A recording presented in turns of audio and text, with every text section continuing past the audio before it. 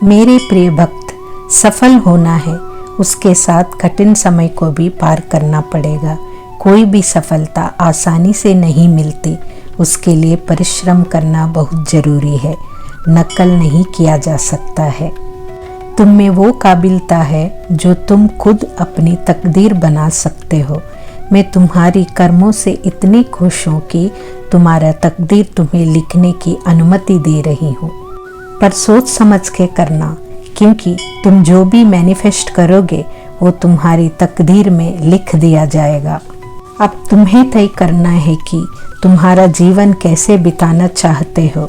यूं ही ये वरदान तुम्हें नहीं दे रही हूँ, क्योंकि हर बार तुम्हारे मन में मेरी प्रति एक शिकायत रहती है, माँ मेरे जीवन में इतना संघर्ष क्यों है? तुमने मेरे तकदीर में इतना संघर्ष क्यों लिख दिए हो? तुम्हारे जीवन में अब तक जो भी चला केवल तुम्हारे पिछले कर्मों का फल था।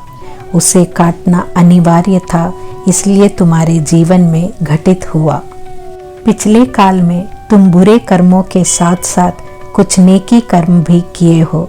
अब उसका फल भोगने का समय आ चुका है। जब मैं तुम्हारे बुरे कर्मों के बदले में जो भी संघर्ष मैंने तेरे जीवन में लिखी हूँ, तुम्हें वो बहुत कठिन और असहनीय लगा।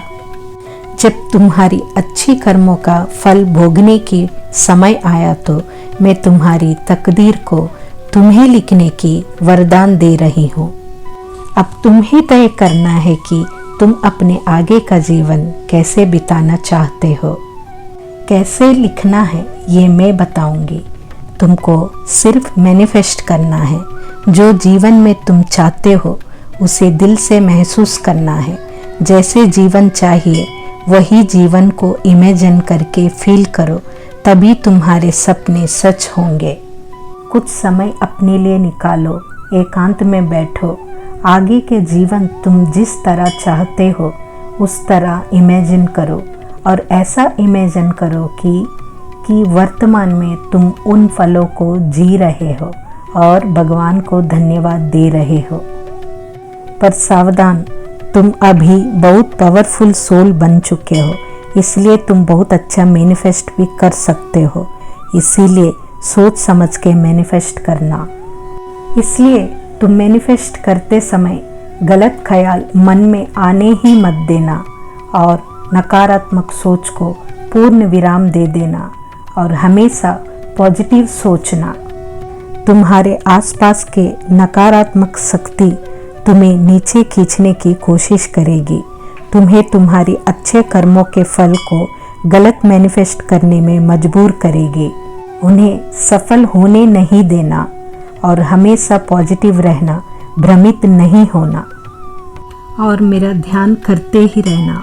मेरा ध्यान इसलिए करना जरूरी है कि तू मुझसे जुड़ के रह सके, ताकि मैं अपना शक्ति से तुम्हें हमेशा प्रोटेक्ट कर सकूं, ताकि इन नकारात्मक शक्तियों से तुमको आज़ादी मिल सके। तुम्हारे अंदर मेरा ही शक्ति है। अब तुम इतनी पॉजिटिव सोल बन चुके हो, तुमको कोई हरा नहीं सकता। अब अपने साथ साथ और भी शक्तिशाली आत्माओं को पॉजिटिव रखने का जिम्मेदारी तुम पर आएगी। अभी उन लोग अपने बुरे कर्मों के फल काट रहे हैं। उनका उन दर्द से निकालने के लिए तुम्हें उन्हें राह दिखानी है। तुमको उनकी जीवन की रोशनी बननी है। अब तुम वो उच्च सोल बन चुके हो। तुम्हारे ऊपर लाखों लोगों की जिम्मेदारी दी गई है, उसे पूर्ण करना है।